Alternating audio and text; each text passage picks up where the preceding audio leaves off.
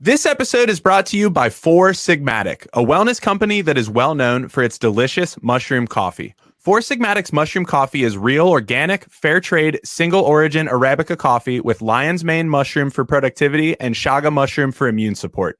I've been starting my day with Sigmatic's ground mushroom coffee with lion's mane instead of regular coffee, and I love how it helps me focus so I can get shit done.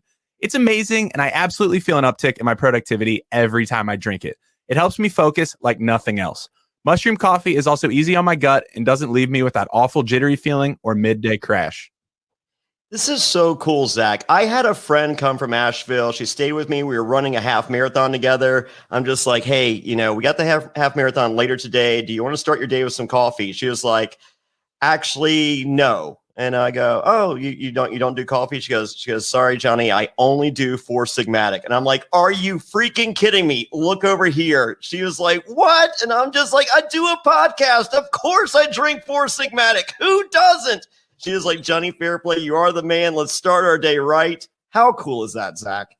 That's incredible. Hey, she knows what's up.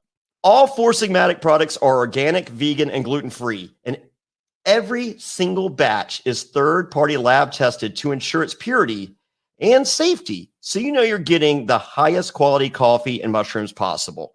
Now, you're probably thinking, does this coffee taste like mushrooms? I can guarantee it tastes just like the coffee you love. It brews dark and nutty and tastes incredible. Over 20,000 5-star reviews. And best of all, Sigmatic backs their products with a 100% money-back guarantee. Love every sip or get your money back. And we've worked out an exclusive offer with Sigmatic on their best-selling mushroom coffee, and it's just for Reality NSFW listeners. Get up to 40% off and free shipping on mushroom coffee bundles. To claim the deal, you must go to foursigmatic.com/survivor. This offer is only for Reality NSFW listeners and is not available on their regular website. You'll save up to 40% and get free shipping. So go right now to foursigmatic.com/survivor and fuel your productivity and creativity with some delicious mushroom coffee.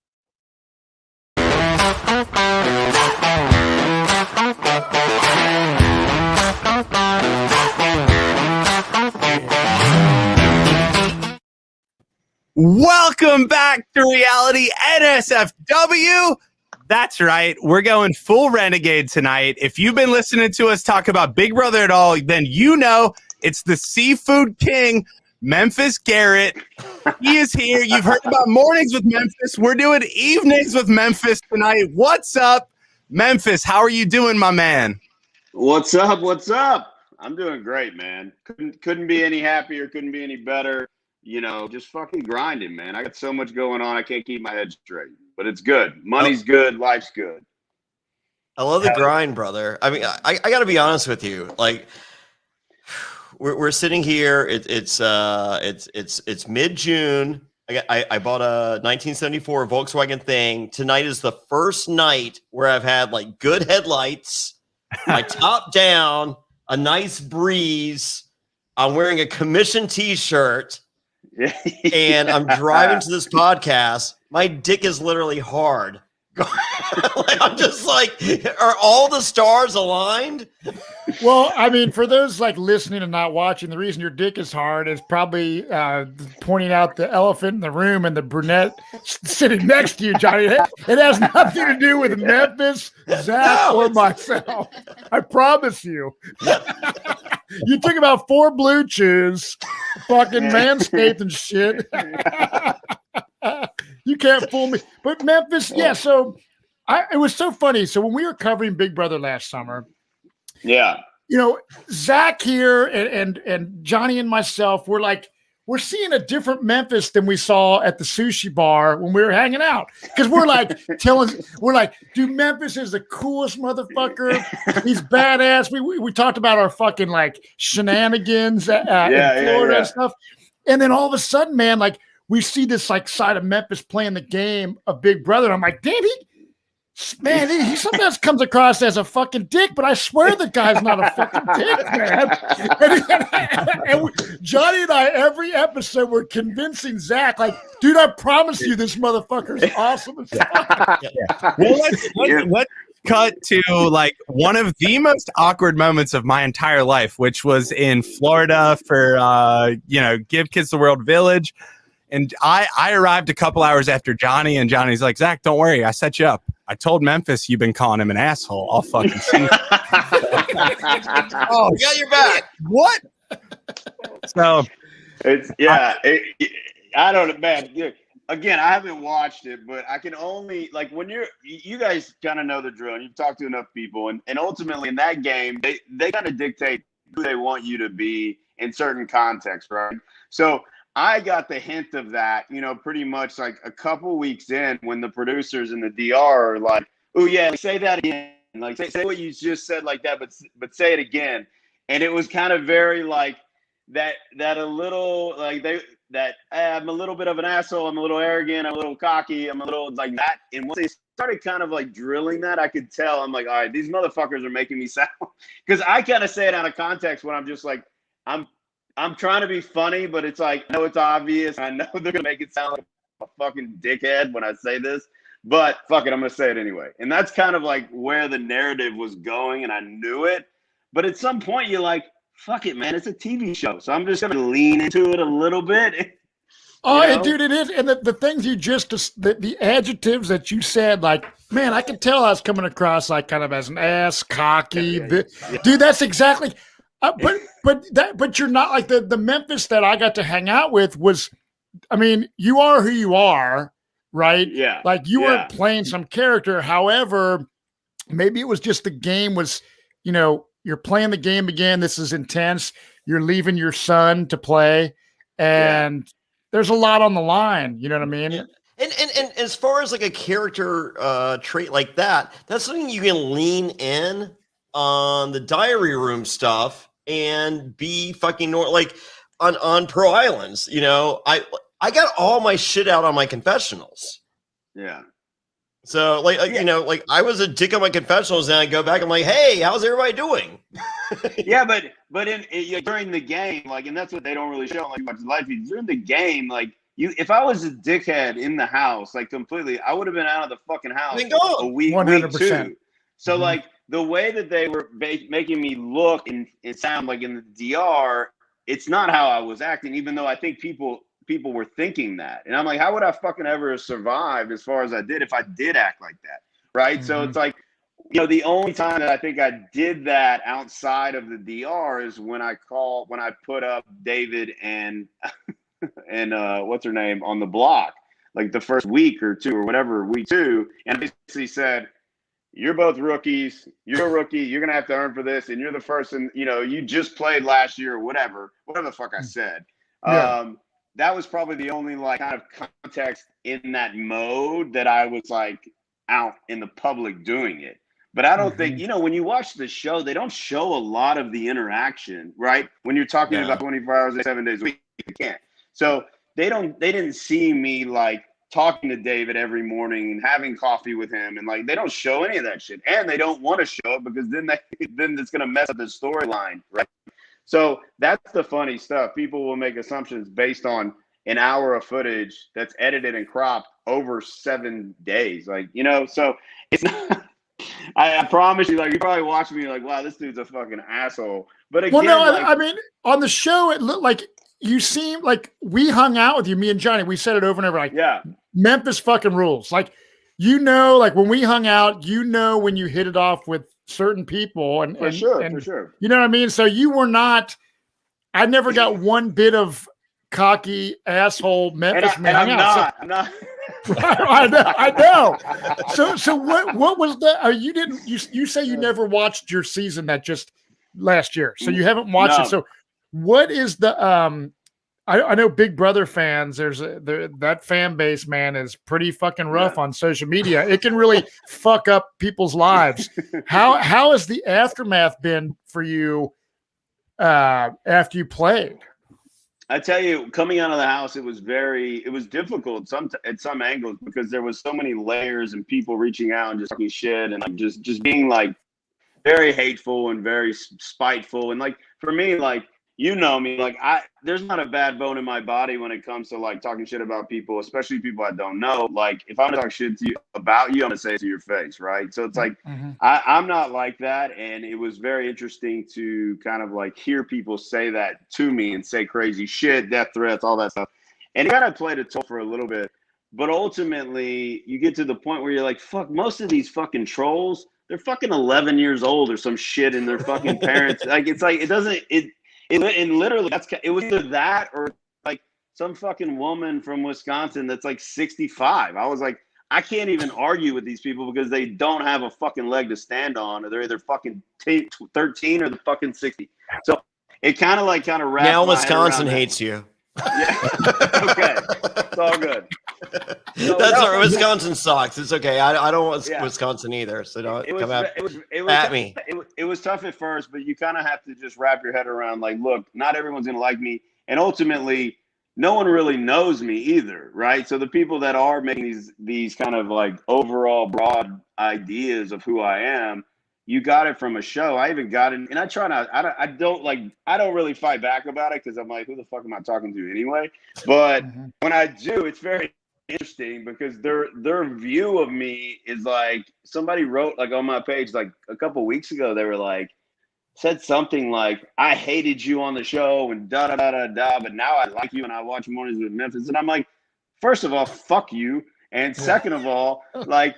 I can't wrap my head around the fact that you're going to make an assumption about me watching me on an edited footage in a house locked away for 3 months with 16 strangers. Like, please, like, okay, so that's not the normal human, like, no matter what. So I don't know, man. And then I'm like, fuck you. And then I'm like, I let them read it and then I block them. So I get the last laugh.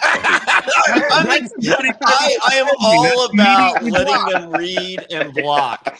That is my go-to move. I'm just like, let me leave this up just long enough for this motherfucker to read it and then fucking block the fuck out of them. It's a good move. It's very, very like it's fulfilling as fuck. It feels so good. So Memphis, for those who don't know, you're a successful entrepreneur, a restaurant. Dear, I don't know what the term is. Okay, So you are always opening up awesome restaurants and shit. That's what you're good at. You're telling us you pick the menus out, all the whole nine. So like, how did that affect your businesses after Big Brother aired? Was there any negative impact on it?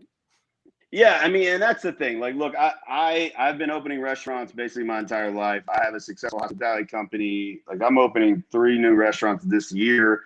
Like, I'm a very busy man and I do a lot. But ultimately, like, going on the show is just like something I did a long time ago, 12 years ago on the first run. And then this other time, it was basically because of COVID. I had the ability because all my restaurants were basically barely serving.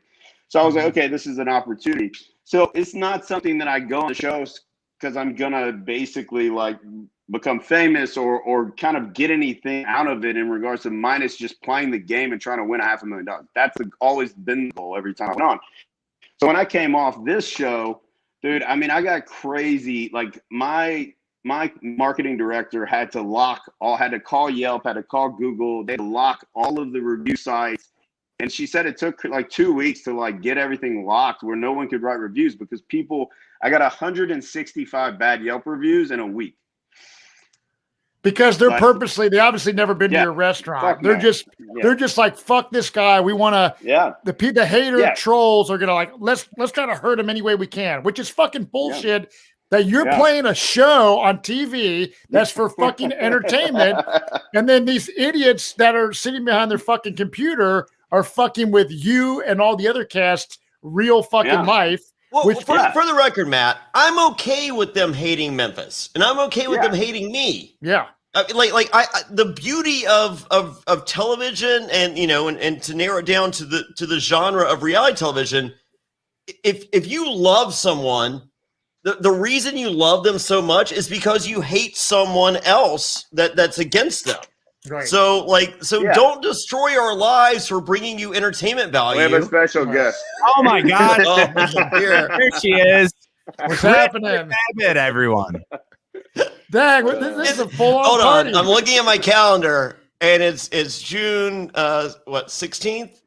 15th, I Yeah. believe. 15th. 15th. But it feels like Christmas. Yeah. Can you hear him? Yeah. Okay.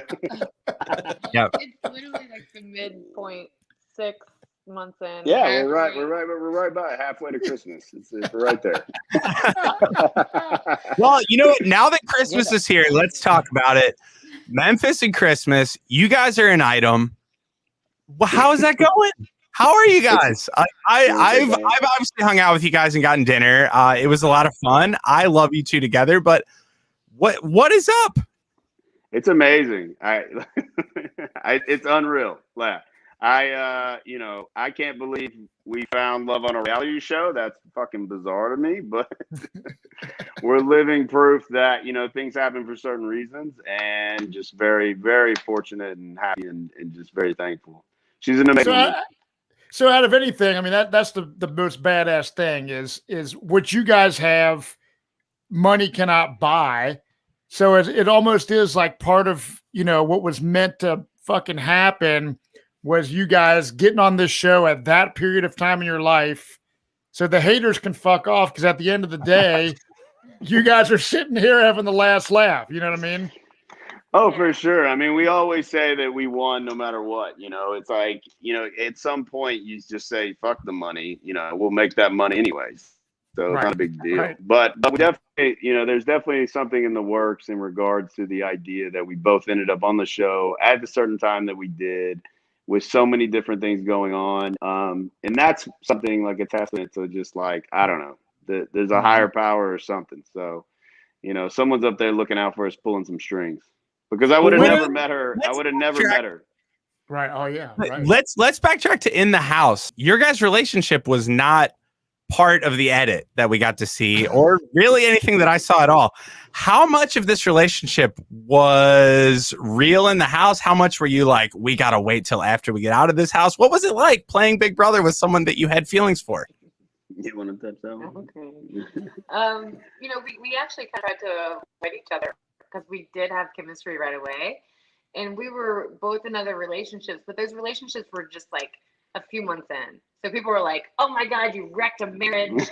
you like, no, we, and honestly, we were really respectful of our other partners. And when we came out of the house, we took care of our business. But I tell people, I'm like, when do you fall in love with somebody before you even kiss them? Like, we were definitely, am I allowed to say this? We were definitely in love in the house. And we for sure. kind of tried to deny it or hide it. And like, we couldn't talk about it. You couldn't act on it. You just, you needed to just kind of, and that was part of the torture too. Yeah, there was many moments where you would walk into a room and like I would walk in and she would be there. I'm like, okay, I really want to just sit down and talk to her, but I'll be like, fuck, this will be like, too many hours of that. It's like you got to kind of look into the perception of what other people would think, and we're like, fuck, we're basically running from each other. Yeah. In the house. So what is it the Christmas exit or the I can't remember which one went first. The kiss before, the kiss before you go. That was a kiss, right? That was not a kiss. That was not a kiss. You said not a kiss when I asked you this at Heart's Reality. I just wanted to see if you want to change your answer. That was not a kiss. Not a kiss. Not a kiss. Not a kiss. Oh my God, you're the cruelest person ever, Christmas.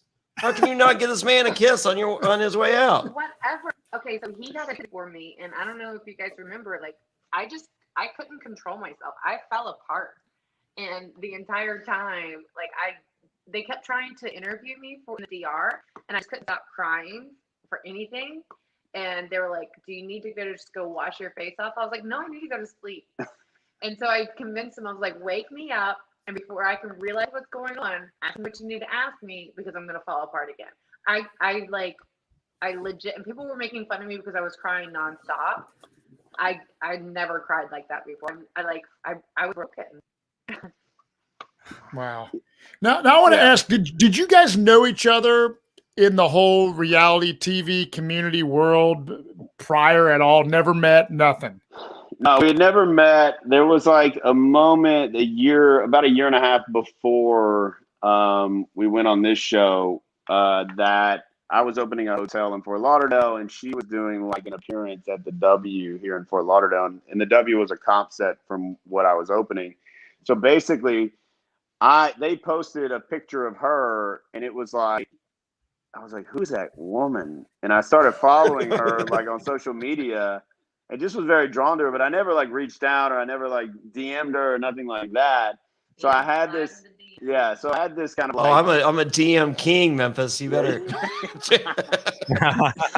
Yeah. So I had this like kind of, I don't know if you want to say like affection or just kind of like this, you know, I don't know, this crush or something. So there was just something drawing me to her.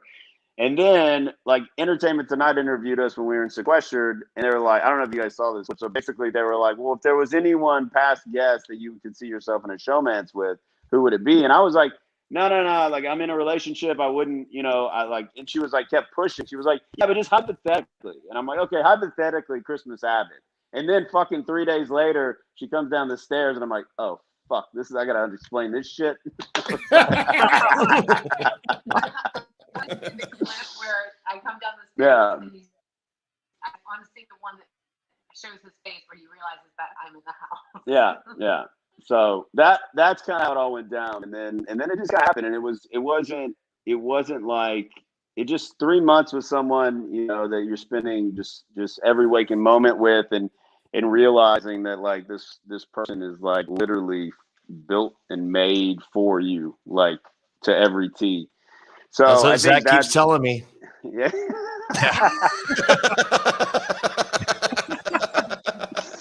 God damn it. Great. Yeah, I can't not get roasted on this episode because I'm in the wrong on fucking everything here. I knew it was coming. Let's go. Yeah. Oh, shit. So good. I will say I loved Christmas the whole season. I was pro Christmas the whole season. I was just anti Memphis, so not.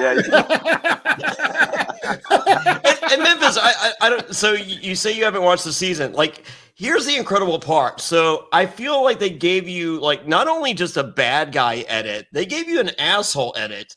But then you have Julie Chen as everyone's voted out, going, you know, and how do you feel that Memphis was responsible for everything that happened to you, to every single person that was voted out? And I'm just like, wow, like that's not really the asshole edit. Did Julie Chen not watch the same show we did? Yeah. I think she didn't want to give me the asshole credit. I like have a good rapport with her, and I don't think she wanted to. But I do think like her saying that, like I think that's giving me a lot of just credit in general for kicking everyone out of the house. I mean, I'll take it, but yeah, you know, I don't. But every single person, they're just like, and just know that Memphis was responsible for all of this. And I'm just like, wow. I'm just like, because we don't like all we see on the show is like you show up for a snid bit. It's just like, oh, Memphis is being a dick again. I'm just like, and then it's me and Matt going, this guy's really cool, and Zack going, this guy's an asshole.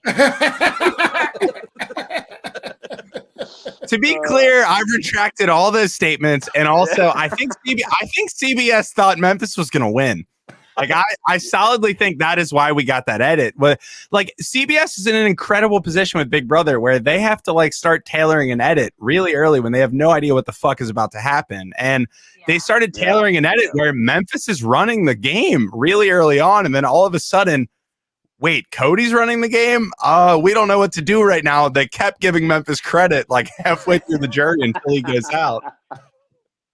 Well, it's funny because like I'll tell you, for instance, like this edit, and there's one particular thing that I did see after the fact, and we were sitting on the back patio in the backyard, and I think Ian was on the block, and Ian was gonna go home, and Nicole was like, you know, can we really talk about this? Like, I just don't want to send Ian home, blah, blah, blah, blah, blah. And I said something like, you know, we could, if you love him that much, we can send your ass home with him. It's something like that. But like in context of me saying it, like it was fun. Like she laughed at it. Like it was funny. Like I was just fucking with her. Like it was a joke, but they did not make it like that at all. They were like, wow, this motherfucker is ruthless.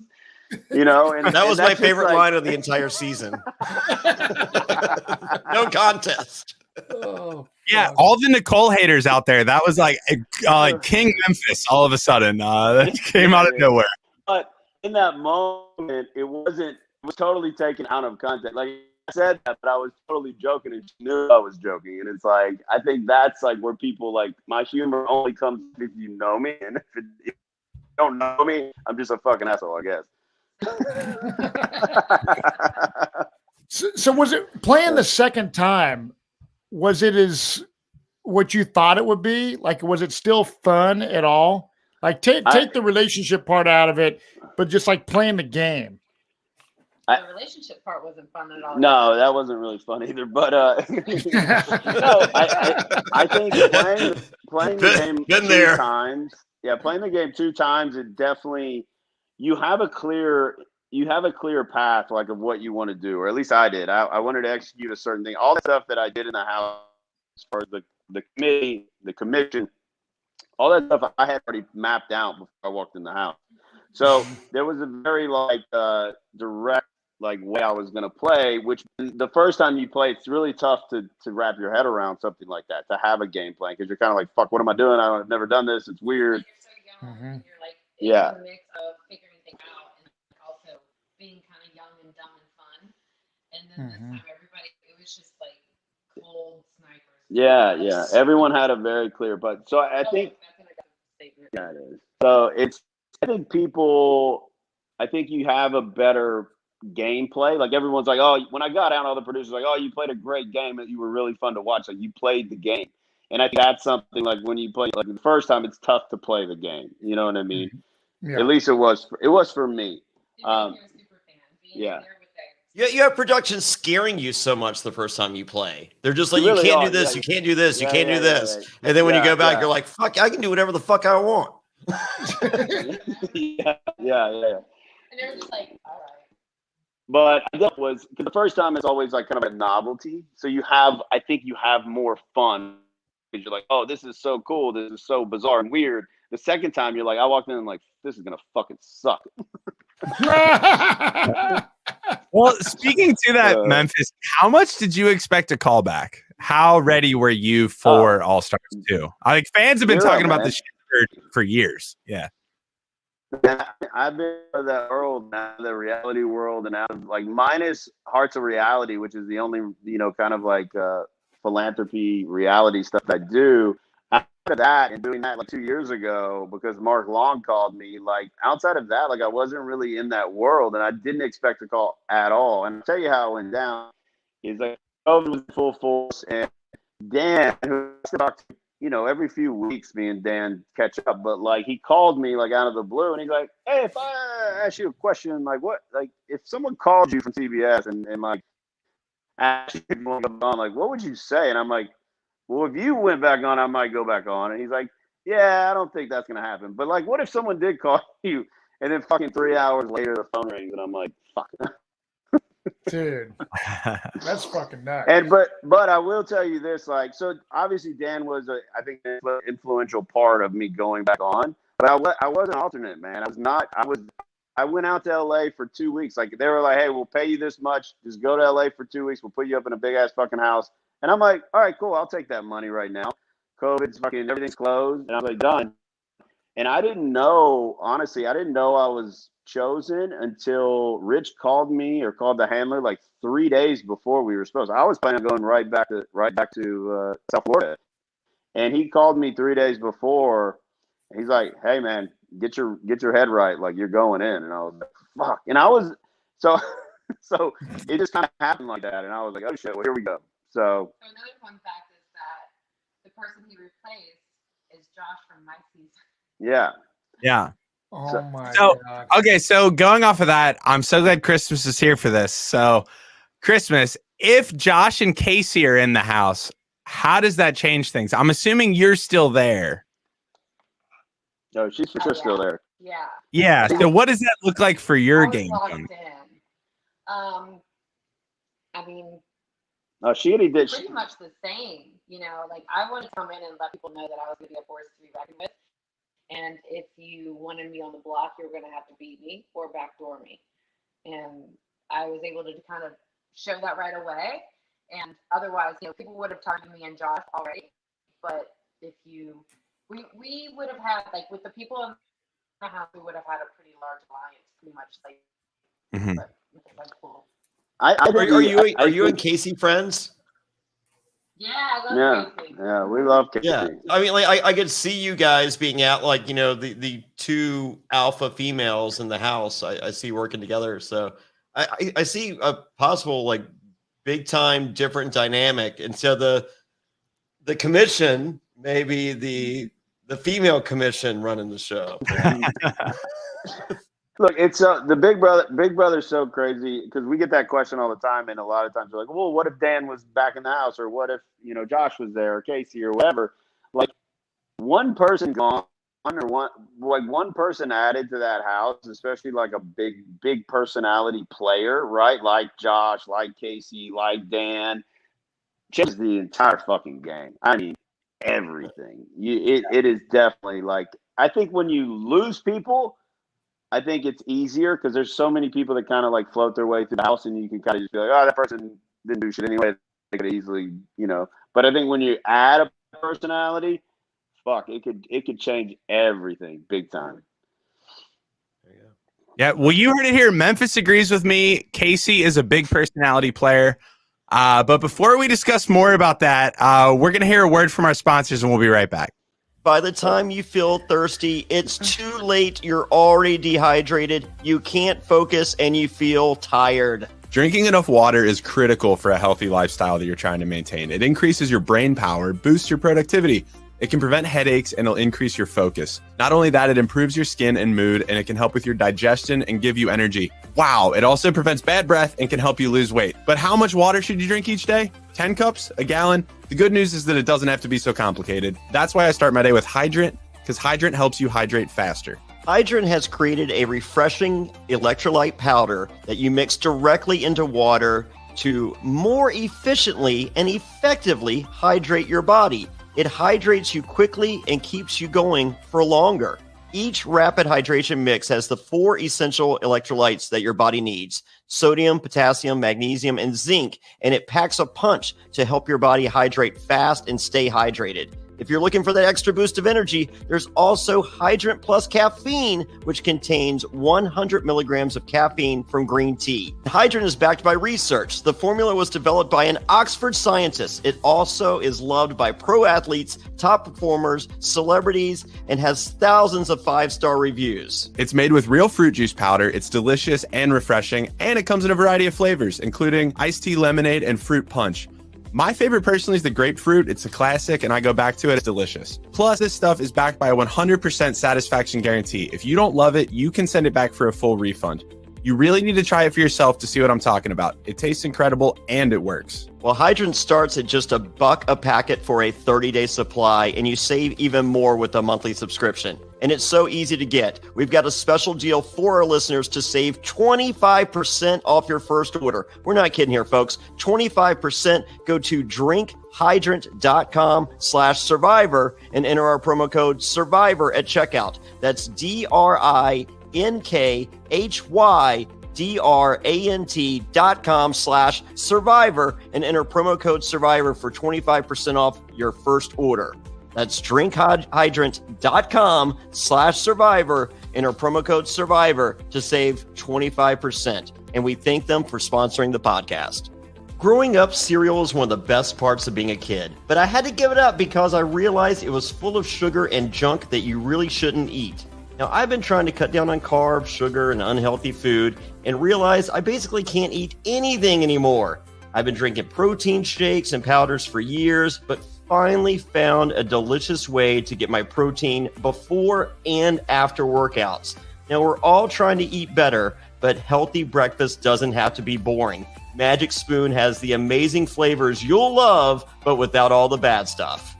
We're talking 0 grams of sugar, 13 to 14 grams of protein, and only 4 net grams of carbs in each serving. And there's only 140 calories a serving. This stuff's keto-friendly, gluten-free, grain-free, soy-free, low-carb, and GMO-free. And we've got exciting news. Magic Spoon has released a super delicious new flavor, birthday cake. Birthday Cake Magic Spoon will be available in a special 5-pack for a limited time only, so get it now while you can. You can also do the Build Your Own box with available flavors to build your own custom bundle with cocoa, fruity, frosted, peanut butter, and cinnamon. If you're listening from Canada, Magic Spoon now ships there as well. Great news all around.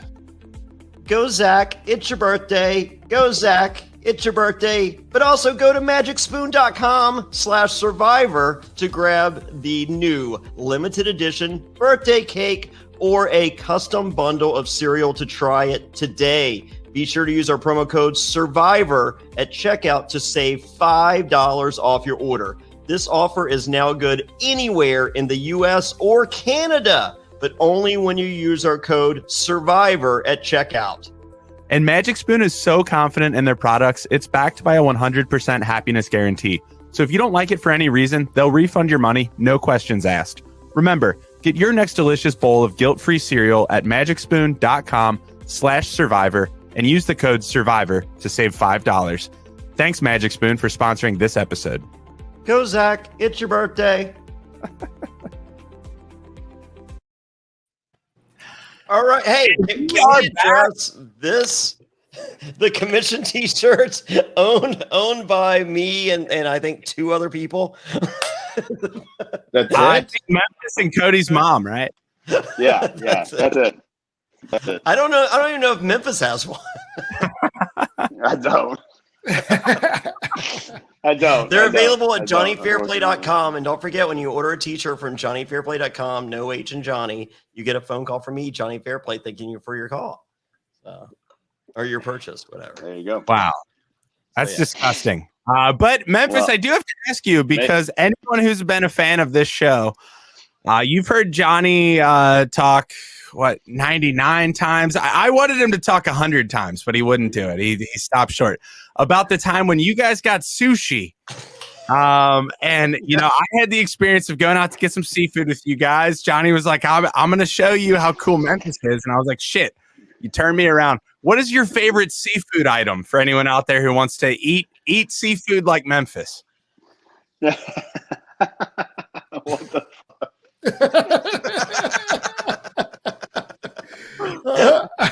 It requires a drink. Oh my god. Yeah. Well, so Memphis. So I think that we got. Go ahead. no. You go ahead. Go ahead. Please. I was just gonna say we had a great time that night at sushi, but I think we had been drinking fucking for 2 days straight at that point. That. Well, no, we went to a shitty sushi restaurant, and Memphis goes, "Fuck this! You're in my home state. I'm not fucking allowing this. We're going to a fucking good sushi place, and I'm going to treat you guys to some good fucking sushi." And so we did. Mm-hmm. We went and we ate at this one shitty place, and then we went to another place. It was a good time. I will say, man, that weekend was, I guess that was pre-COVID. So yeah, I mean, we were just after it that weekend compared to the last Give Kids the World, which obviously was a very, smaller scale because of COVID. But we got to get it back to where it was. Where we sign shit, say hello, and get drunk. So you guys got to hang out, Jonny, in December of last year when Zack first met him. So Zack, when you're seeing Memphis on TV and you saw Memphis in real life, so now you believe Jonny and I when we say Memphis is a fucking badass dude. Oh no, this guy's a total dick, man. No. It was like one of the worst nightmares, because like when I comment on reality television, I'm like make it clear I am only talking about the person I'm seeing on television. I don't know this person at all. So then when I'm like rolling into Florida, oh cool, I'm gonna get to meet Memphis. Johnny's like, don't worry, I've already prefaced you to him. I told him that you called him an asshole on the radio all year. Like, what the fuck, man? And this is followed Memphis by Zack getting out of your car and while you're parking, you're going to self parking or whatever, and Zack going, Memphis and Christmas are the two coolest people I've ever met in my entire life. Yeah, that is apocryphal, but I do love Memphis and Christmas. They're two of my favorite people. Like I was instantly posting on social media of like, I'm hanging out with Memphis and Christmas. This is so cool. 6 months before that or whatever, when the show was on the air, like no way would I have been posting that. That I was so excited about that. So yeah, I totally changed my mind after I hung out with Memphis for like literally a second. So I get it. A second does a deal. It's so funny that you say that, because you have no idea how many people message me that. Like, you don't, like, it's nonstop. And especially people, I'm glad I continue to do Mornings in Memphis, purely based on the fact that there's so many people that now are like, oh yeah, I don't fucking hate you. I like you actually seem like a nice dude. So I kind of I like the fact that I'm doing that, because at least it gives people a different angle of me. And I think that is something that is to be said about reality TV, and everyone needs to kind of take that way when they're watching these shows of like, it's a show. This is fucking edited, no, it's huge. And it's a show. And I think that's something that most people don't understand, or they can't wrap their head around. We're playing to the edit. They don't want to. We're playing to the edit that they're giving us. Yeah. I mean, like when I went on my first season of Survivor, and after I got off, someone showed me a piece of paper that had my tribe, and it said Rupert, the pirate, Trish, the den mom. And that's the edit that the producers and the camera people and the sound people, that they're all told to portray when they're filming you. And the editors are given the same notes, and that's what they show. And and with Jonny, they're like, the mischievous bad guy, or whatever it's so. But that's what they're given. Mm-hmm. So and like you could go in there like despite what those notes say, and you could be like, I'm the biggest philanthropist ever, and I'm now an elf, and they're just like, well, we're not going to show that, because that's not what the fucking piece of paper said at the bottom, at the bottom corner of your picture that they gave CBS at the beginning of the filming. Yeah, I mean, you want to lean into it. I think if you do, then you kind of create that storyline that they want. Look, I give these producers credit, man. I mean, I don't know how the fuck they make sense out of so much footage in that house. I would be so confused. It's tough to really kind of grasp the storyline, I'm sure. And especially when people are going with floppy changes and ideas and different stuff like that. So you kind of got to give it to them. But I just wish that people understand that, and that it is a show, and you can't believe everything that's on there, even though it is reality TV. We're getting into, Big Brother started what, in fucking less than a month, right? Mm-hmm. If I was filming, if I was a producer of the last season of Big Brother of All Stars, and I knew nothing, and I walked in, with no notes, and they're just like, hey, we're making a show, I would just be like, okay, we're telling the story of David having no idea what Big Brother is. And that would be my entire story. Yeah. And it would be a great story. Man. Yeah. I mean, I think a lot of purists that love Big Brother, that actually knew more than David going into it, would hate it, especially since the season was called fucking All Stars. But I think that would be a great season. And that's what I would go into if I were a producer sight unseen. So are you done with reality TV, Memphis? Mean, look,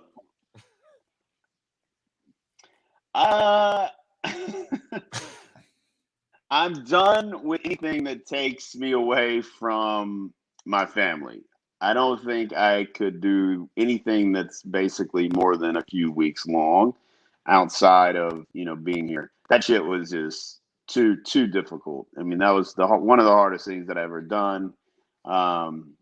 Just leaving my son, it's just difficult. And it's so long, especially with the COVID whole thing. I mean, I was gone right at 100 days, and it was just like, I mean, it's almost gut wrenching, to think about.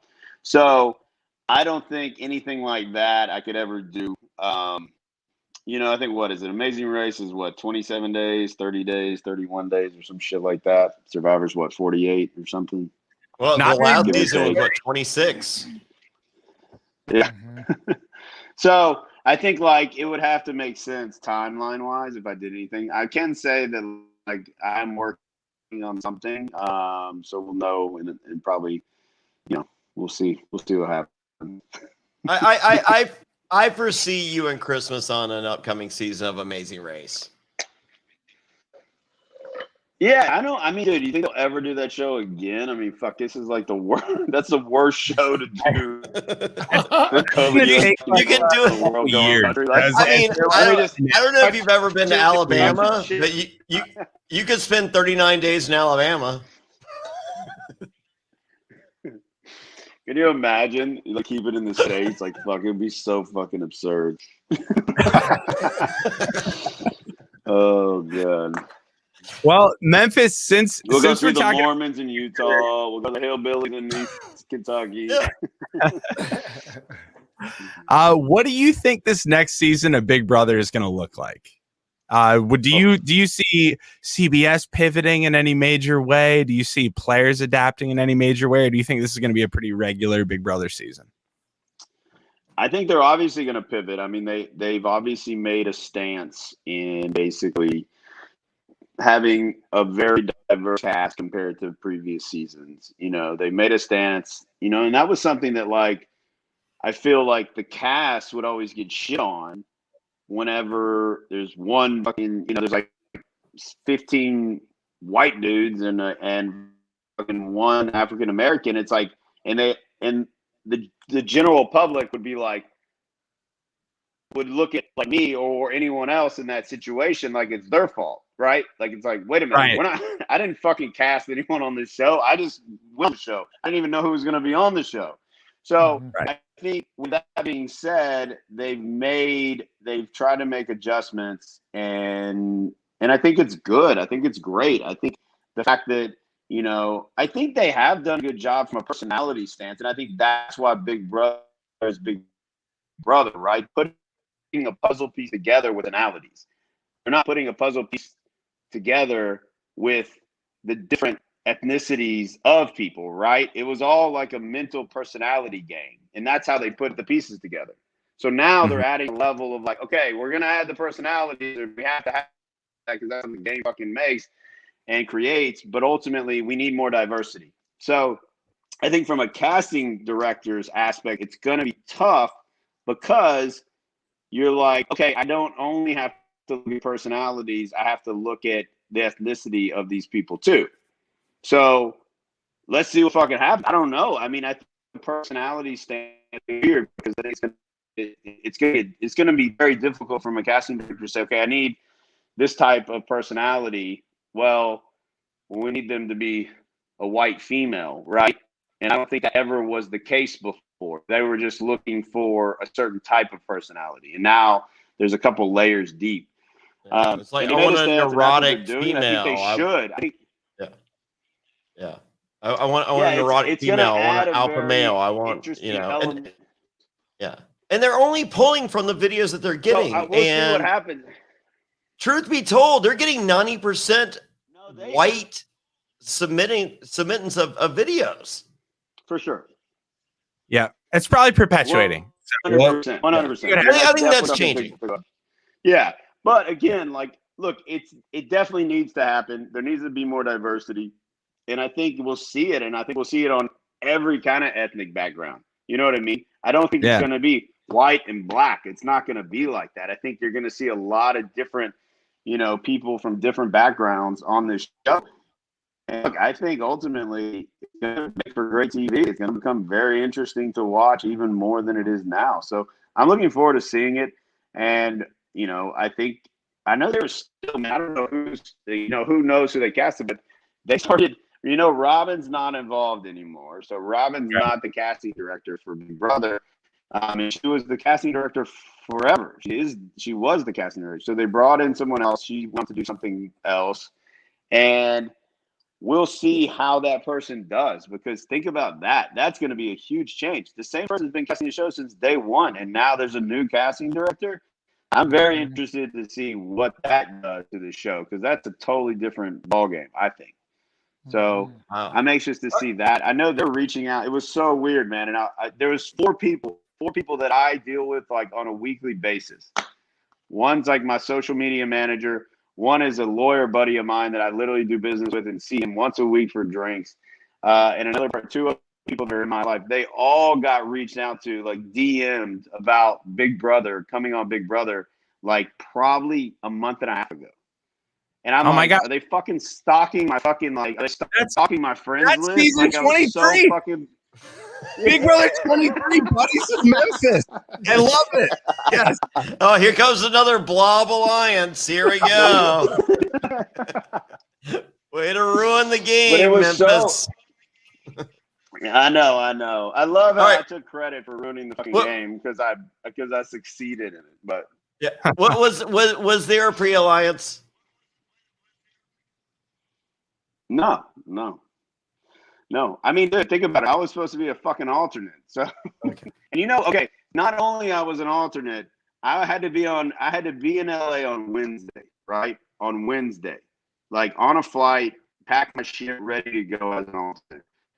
I got a phone call on Thursday, Johnny. Thursday.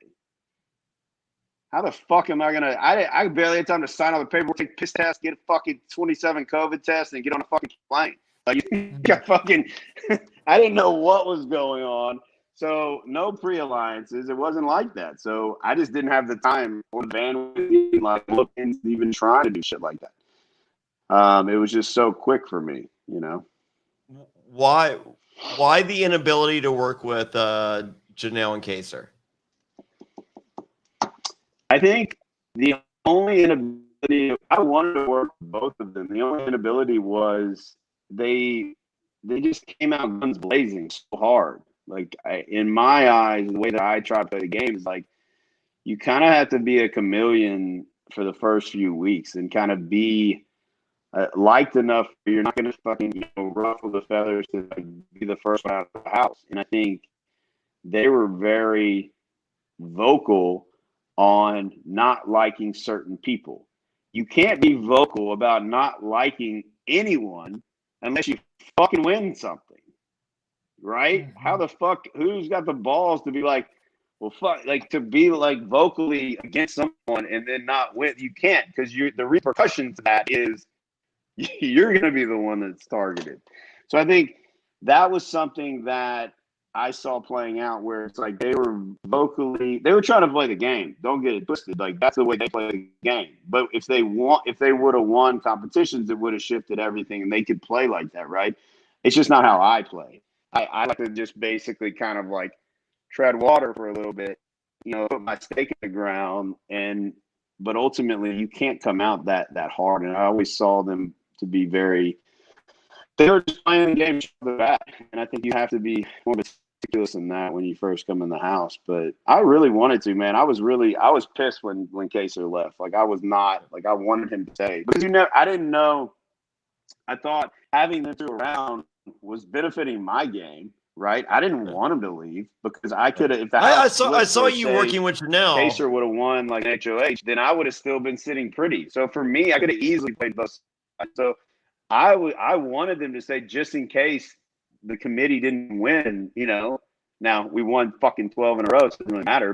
But ultimately, it was like for me, it would have went well either way. And I think that was something that, like, I didn't ever want them to go. I just thought that they played hard, man. Like, they came out guns blazing. Yeah, just humble brag. We won 12 in a row. No worries.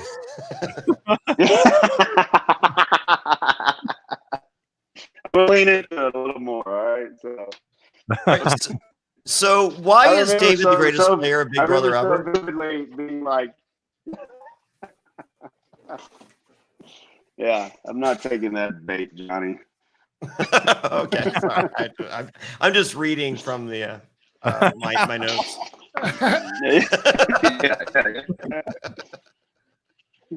So, unlike Survivor and Amazing Race, you're filmed on 24 hours a day on the online deal, like the live feeds. Are Are you like consciously aware of that at all times, or are you just so used to the cameras and shit, just knowing that there's cameras around that, you know what I mean? Like Survivor, it's like after a while, people are like, is it weird having all the cameras around? You're like, no, you get used to it. You just fucking do your thing. So what's the live part of it? Like, what's that like dealing with?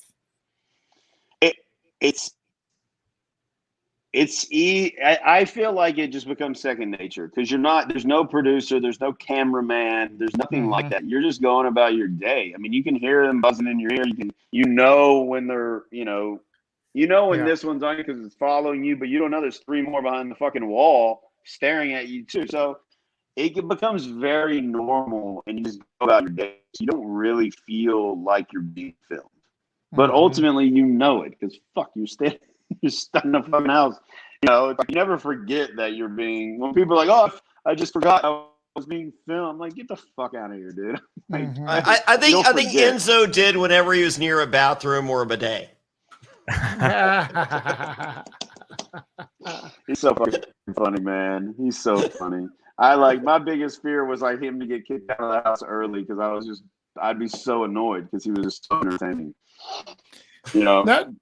Do you still have pretty tight relationships with people from your cast? Not Christmas. Yeah, sure. I mean, I haven't talked to Christmas. For sure, not Christmas. No, like Dan, we always stay in touch. He's a good friend of mine. But outside of that, Brian Hart, I don't know if you guys know Brian, but he was on my season and got booted the first day or the first week or whatever. That's insane. Me and him are very good friends and business partners. Yeah, we're actually business partners. So it's awesome. Crazy. Yeah. So, but outside of that, not really, man. Even from All Stars, it's like I just talked to Cody. He was in town last weekend. Enzo every once in a while, Tyler every once in a while. It's like going to fucking summer camp. Become friends, and then people have their lives and shit. Yeah. How far are you from Miami? I'm 40 minutes, maybe. I'm in Miami next weekend. I'm doing the wrestling thing again. I got Paola from 90 Day Fiance and Gisela from the Challenge All Stars is going to be there. Why don't you and Chris stop by? You doing a Father's Day wrestling match? I would love a Father's Day wrestling match against you. Can I win? I never win. Sure, shocking. Whatever you want. You would be shocked to hear this, Memphis. I never win. So what's up next for you, Memphis? Like what do the fans of yours that are watching or listening to this have to look forward to in the rest of 2021 with Memphis? What do you got going on? Look, we're opening, a bunch of stuff. I'm opening a new restaurant in West Palm, July 15th. I'm opening a new restaurant in Plantation at the end of August. And I have a cocktail bar I'm opening called No Man's Land. Very cool, like fucking just, back alley in London meets New Orleans, just kind of vibe, super kind of voodoo-y type place. Opening in downtown Fort Lauderdale around August also. So, man, we're just working, man. I'm just over here doing my thing. So that's the focus right now. I'm going to continue to do mornings with Memphis and continue loving on my woman and fucking just living, man. So things are good. And, I'm working on one little small reality thing, not that small, and we'll see if it's a fish or not. So you have to stay tuned to see. Fuck yeah. So I have a question, busy, man, but it's good. I have a question that might not be on most people's radar. So when we were at Hearts Reality, we talked to Scotty Too Hottie about NXT. Have you and Christmas followed up with WWE? We haven't, man. I think Christmas went down the rabbit hole for a little bit about maybe doing that. And I think for her, it was more of a scheduling thing. It's just impossible for her to, she with kids, I have a 6-year-old and she has a 2.5-year-old, and it's really difficult, so I think that was a little conflict of interest of being able to really dive into that. Those wrestlers, man, their schedules are crazy, They are. Yeah. They live and breathe that shit constantly. So, and I think that was something that it just didn't really make sense. But I think she'd be bad. I was rooting for you because I need tickets. So I was just. Yeah.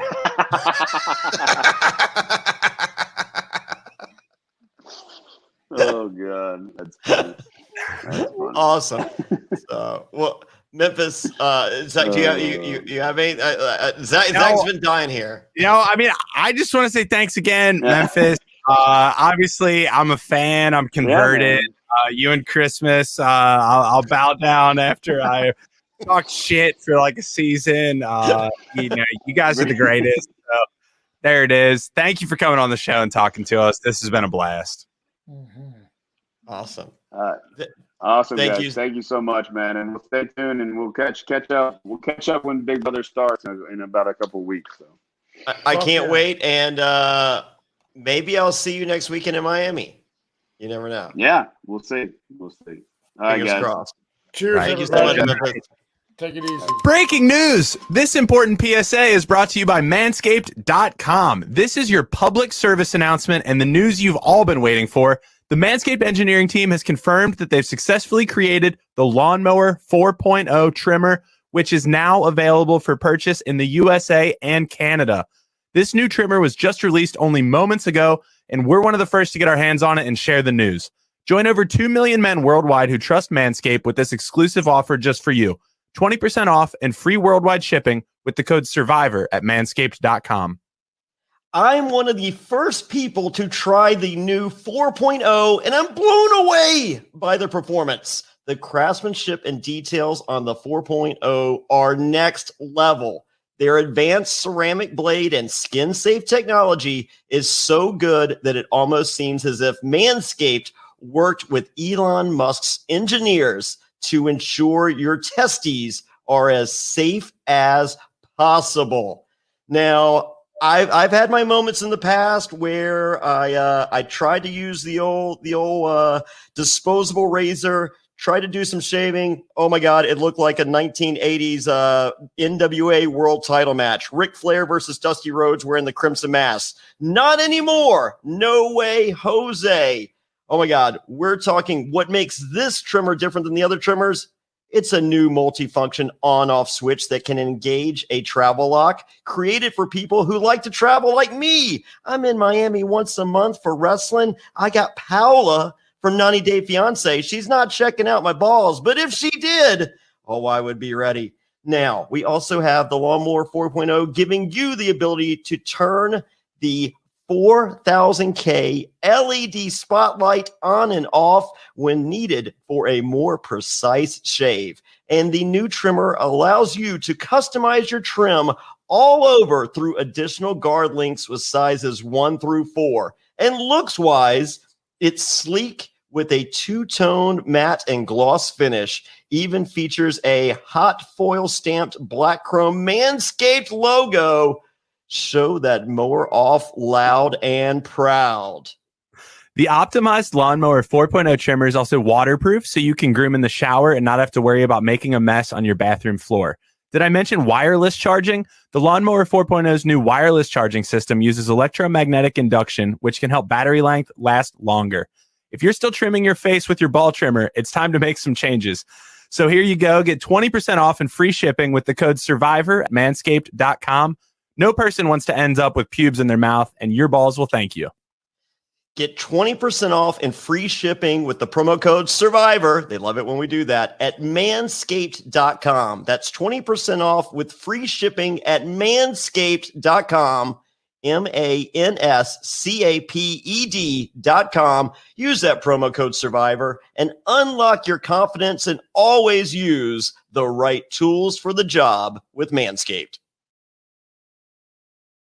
Now that the holidays are over, it's all too common to set health goals that never actually stick. New Year's resolutions of the past, we're looking at you. And when it comes to eating better and consuming less sugar, let's be honest, most healthy snacks don't taste very good. They don't fill you up, and they certainly don't satisfy your cravings. This episode is sponsored by Monk Pack, who make snacks that taste like our favorite sugary treats, but with 1 gram of sugar or less. Monk Pack Keto Granola Bars contain just 1 gram of sugar, 2 grams of net carbs, and they're only 140 calories. They're great for anyone following a keto lifestyle. but also the perfect snack for anyone who is trying to eat better or cut back on sugar and carbs without sacrificing taste. Yeah, I am a huge fan of these bars. I start my morning off with one every day. I mean, I'm watching shows like The Challenge, and I want to be a beast like CT. I need these Monk bars to start my day because they give me the energy and the power to push through some tough workouts, and I'm a huge fan. I think CT could have used the Monk Pack keto granola bars. I mean, they have soft and chewy texture. They come in delicious flavors like coconut, cocoa chip, maple pecan, and my favorite, peanut butter. Ooh, they're so good, and they're perfect for a quick breakfast, a snack between Zoom calls, or a late night treat that you don't have to feel guilty about. In addition to being keto friendly, the bars are also gluten-free, grain-free, plant-based, and non-GMO with no soy, trans fats, sugar, alcohols, or artificial colors. Hey, they taste incredible, and you can't beat the low sugar nutrition or taste that they provide. And by shopping online, you can avoid another trip to the grocery store by getting Monk Pack delivered right to your door. Try it for yourself and you'll see. And we have a special deal for our listeners. Get 20% off your first purchase of any Monk Pack product by visiting monkpack.com and entering our code SURVIVOR at checkout. Yeah, and Monk Pack is so confident in their product, it's backed with a 100% satisfaction guarantee. So if you don't like it for any reason, they'll exchange the product or refund your money, whichever you prefer. So to get started, just go to monkpack.com. That's monkpack.com and select any product. And then use promo code SURVIVOR. They love it when we do that at checkout for 20% off your purchase. Monk Pack, delicious, nutritious foods you can count on, and we thank them for sponsoring Reality NSFW. Lucy Nicotine is a company founded by Caltech scientists and former smokers looking for a better and cleaner nicotine alternative. Finally, tobacco alternatives that don't suck.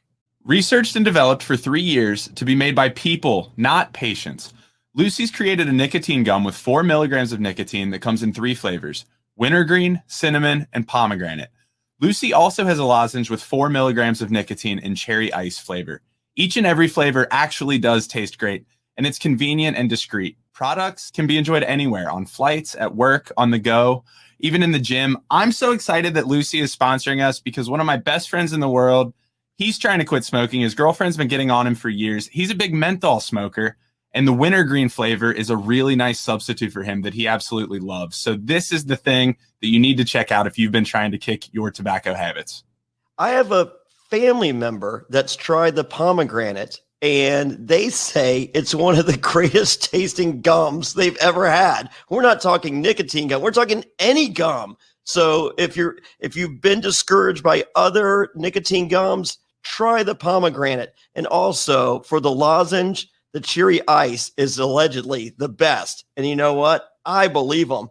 But as far as enjoying anywhere, I heard at the gym, you get a little extra bump from the lozenge and from the gum. Boom. It's 2020. Get rid of your cigarettes, unplug your vape, throw out your dip, and get some Lucy nicotine gum or lozenges.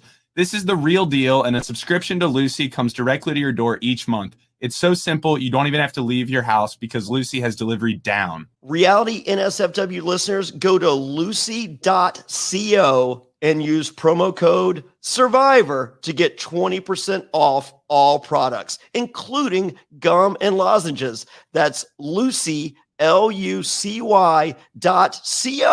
That's right, CO, and use promo code SURVIVOR at checkout. Also, I have to give this disclaimer. Warning, this product contains nicotine derived from tobacco, and nicotine is an addictive chemical. So that's lucy.co, and be sure to use that promo code SURVIVOR, and we thank them for sponsoring the Reality NSFW podcast.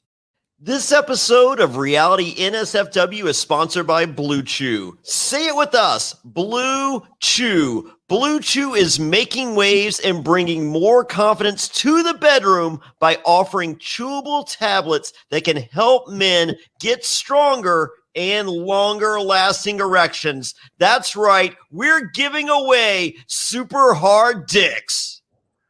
BlueChew is a unique online service that delivers the same active ingredients as Viagra and Cialis, but in chewable form and at a fraction of the cost.